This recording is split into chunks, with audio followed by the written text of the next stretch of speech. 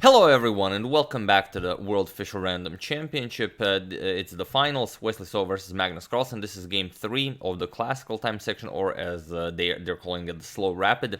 So after day 1, first game was a draw, and then Wesley won a very nice second game, a brilliant opening, a brilliant attack, and then a brilliant finishing to the game. So now Carlsen has a chance to get back at him. It's really important to score as many points as possible in the classical portion of the match, as a win in the classical time section is worth 3 points. So you want to get as many points as possible, of course. So without further ado, let's check out the game. Wesley with the white pieces opens with e4. We have e6, d4, d5, and now e5, sort of an advanced variation of the French Fischer random opening. We have c5. Pretty much the same stuff. D captures now, and the queen captures on c5. We have knight to b3, kicking the black queen away, queen to c7, and now defending the e5 pawn with f4. Knight to b6, and bishop to e2 now. By Wesley continuing development, knight to e7, the knight can now either come to c6 or to f5, depending on what white plays, knight to f3, and now knight to c4. An excellent square for the knight. If white wants to get rid of it, then he will have to give up the bishop pair. We have bishop to d3 by Wesley, and now comes knight to c8. This knight is now coming over to b6, then to a4, and from there the two knights will be harassing the b2 pawn. So a4 by Wesley, preparing a5, but Magnus gets the knight in just in time. We have knight 8 b6, a5, knight to a4, now going after the b2 pawn. And here Wesley doesn't like rook a2, sort of an odd place for the rook, but after you defend it, it's interesting to see what the knights are actually doing there. But okay, Wesley goes for bishop captures on c4, we have queen captures on c4, Magnus now captures with a queen, offers a queen trade, Wesley accepts, queen captures, d captures, and the knight b to d4. Great square for the knight. Also, if the knight can come, for example, to b5 and to d6, should be very good.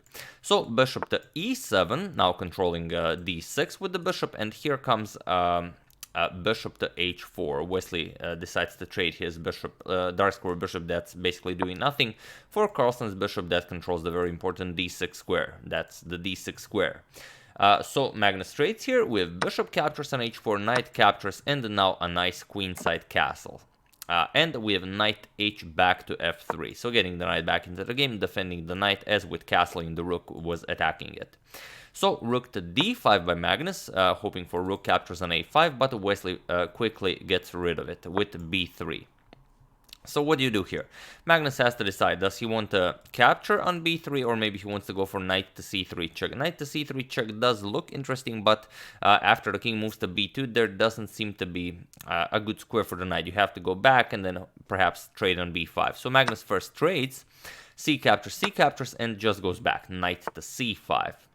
So we have king to c2 now, defending the pawn here. Now the knight can move, and bishop to d7. Now Magnus has to bring the other rook into the game as well. We have b4, pushing Carlsen's knight back, knight to a6, attacking the b4 pawn now, and king to b3. So a lot of activity for Wesley's king, and also the c file is now open, so Wesley will deliver check, play rook c4, bring the other rook over to c1, double up rooks on the c file, and be very happy with his position, whereas Carlsen still has a funny knight on a6, a bishop on d7 not doing all that much, and a rook that still has to be developed. So rook to d8. Magnus prefers to keep his king here on the queen side to help out with the defense of the queenside pawns. He doesn't prefer to castle. So rook h to c1 with check, king to b8, and now rook to c4, preparing rook ac1 to double up on the c file. We have bishop to e8 by Magnus. Now he has doubled rooks on the d file, and rook ac1. Wesley doubles on the c file. With h6, now taking away the g5 square from Wesley's knight, and h4, not allowing Magnus to push g5 here. And now b5 by Magnus. He says either you trade here with a captures on b6 en passant, or you go back with the rook. So Wesley says, first I'm going to go back with the rook, rook 4 to c2, and your b5 pawn could become a liability further down the game. With king to b7 by Magnus, and now rook to d2. Now Wesley decides to switch the rooks over to the d file, as his two knights are much better than Carlsen's knight and bishop here. So if he trades rooks, then the endgame should be superior for him. We have knight back to b8, hoping to bring the knight back into the game, and now rook c to d1. We have rook to c8. Magnus now, as he doesn't want to trade, now he transfers his rooks hopefully to the c file. Knight to e2. Wesley now quickly wants to trade. You cannot get the other rook over to the c file as the c5 square is covered by the pawn. So bishop to c6, and here knight f to d4. Getting the knight to a very nice square, and then now g5 by Magnus. Other than that, there are no seemingly good moves. You could bring the rook back to d8, but that's just saying that your rook to c8 idea wasn't all that great. So here Magnus pushes g5. We have knight captures on c6 by Wesley. Rook captures on d2, rook captures on d2, and now knight captures on c6. So Carlsen was able to get rid of his fishy bishop, and now he has a rook and knight against a rook and a knight. But Wesley definitely has a much more active position, and here Wesley misses the opportunity for rook to d7 check. It's a great check because you cannot block. You have to move the king, and then Wesley just wins the f7 pawn. Because if you block, then just rook captures, king captures, and now you grab this guy here, f captures on g5, which will be very hard for black to play after h5. It's just very unlikely that black will be able to stop this. So it's very interesting that Wesley misses rook to d7, but he has a different idea. He plays knight to c3, goes after b5, and now leaves the option of this move. So if Carlsen just defends it, you can then, for example, if a6, defending b5, you can just capture here. So Magnus prefers to capture on f4. Later he can go rook to j8, pick up the g2 pawn, and he already has a passed f3 pawn. But it comes at a price. Knight captures here. Now the threat is knight to d6 check, which will cost Magnus material. So king back to b8, and now rook to d7, grabbing a lot of activity, going for the f7 pawn. We have a6, pushing the knight back, and now knight to d6. And here Magnus has to decide what to do, whether to capture the e5 pawn or to maybe play something else. Capturing the e5 pawn is the best course of action for Magnus here, as after rook b7 check, king a8, rook to b6 going after the pawn. Now you have rook to c6. You can block this. So after rook captures here, knight captures here, Wesley gets the f7 pawn, and then the game continues. For example, h5, and Wesley is still better. He has a much more active position, but at least the material is equal. So after knight to d6, knight captures on e5 is best for Magnus, but Magnus decides for knight to d4, which further complicates things. We have king to a4 by Wesley, and now rook to g8. And here Magnus was already very low on time. Well, both of them were very low on time. Magnus was lower on time. This is move 38, and he still needs to make 2 more moves to reach time control. He has about 2 minutes on the clock. And here he has to decide what to do. Well, after rook to g8, it's Wesley's move. Wesley plays knight captures on f7. A much more straightforward idea was b5, but b5 requires a lot of calculation, and when you're low on time, you don't have it. But just to show it, b5, threatening, of course, just to push the pawn. Now knight captures, pawn captures, king captures, and now you just have a6, a7 will be very strong, and also you can just pick up these two guys. So after rook captures on g2, you will play rook captures on f7, and now your position is just winning. Black will not be able to push this pawn, as you already have a rook here, and black doesn't really have any good counterplay. If you do nothing, then white is just winning. If you go after some checks, then white can just bring the king over and pick up, for example, the e6 pawn, and it's just a much better position. For example, rook c2 check, king d6, rook checks, pick up d6 pawn, or ideas like that. But point is, Wesley is very low on time. He doesn't have time to calculate b5. He goes for knight captures on f7, and now Magnus goes for knight to f5.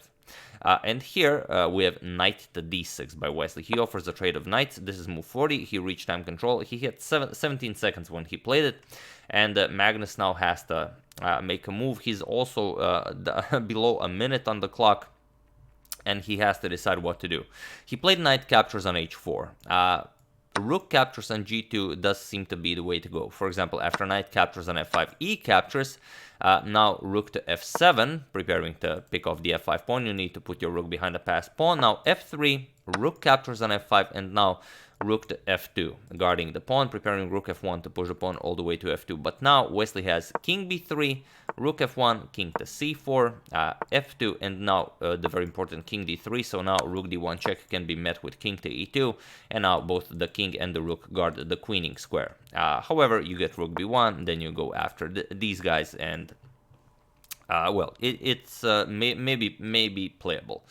But after knight to d6, Magnus went for knight captures on h4, and now it's a bit different. Wesley goes for rook b7 check, we have king to a8, and now rook to b6, going after the pawn here, and you cannot defend it. If king defends, then you again just push b5. It's not a problem threatening rook capture, so after captures with check, king just moves, now you pick up this pawn, and it will be a very easy game for white. You just move the knight, get the king over to b6 and start, well, you could even create some sort of a mating net if you can get, for example, the king to a6, and for example you get the knight here and knight to c7 mate. Black will have to be very careful. So after this rook to b6, Magnus decides for knight captures on g2. His best chance now is the passed f pawn, and now we have rook captures on a6 with check, king to b8, and rook to b6 with check, king back to a8, and now rook to a6. Wesley repeats a couple of times, king to b8, and now we have rook to b6 with check, king to a8, and now not repeating for the last time, but rather knight b5, and now comes knight to e3.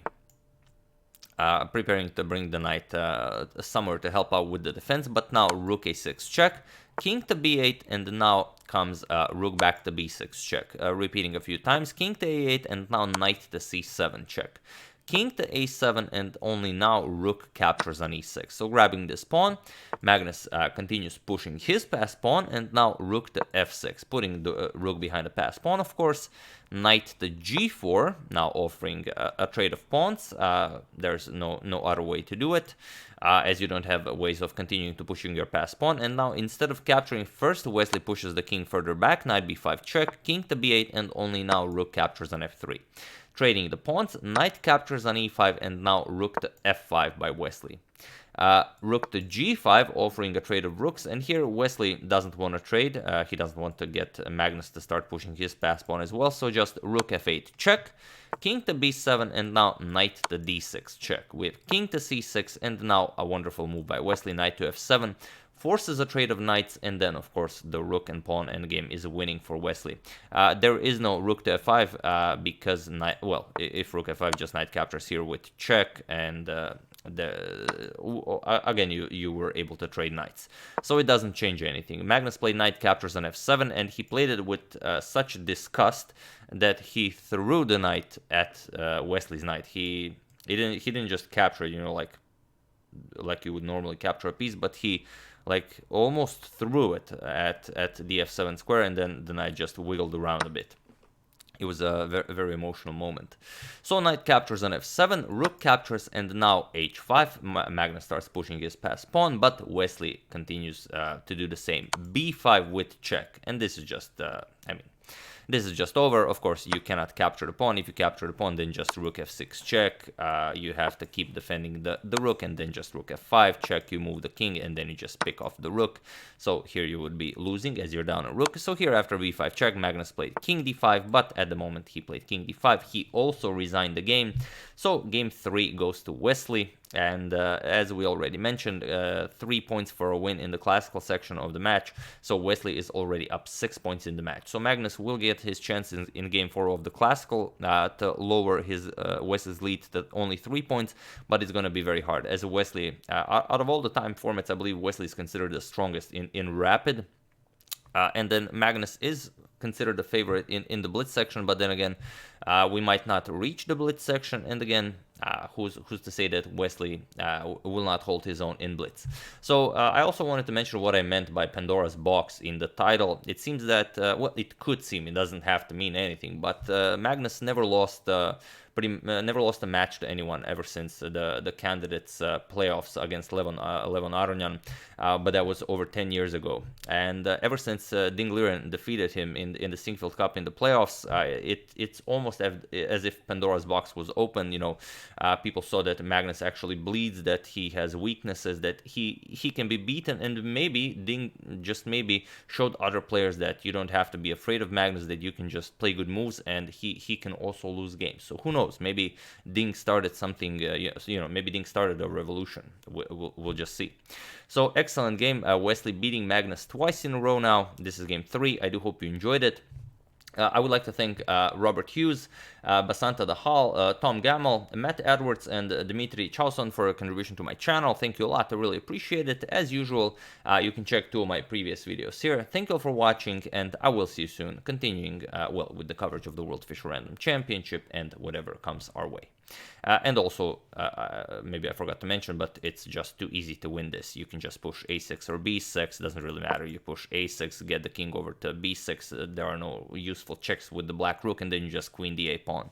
So it's very simple. But yeah, thank you all. I will see you soon, and have an excellent rest of your day.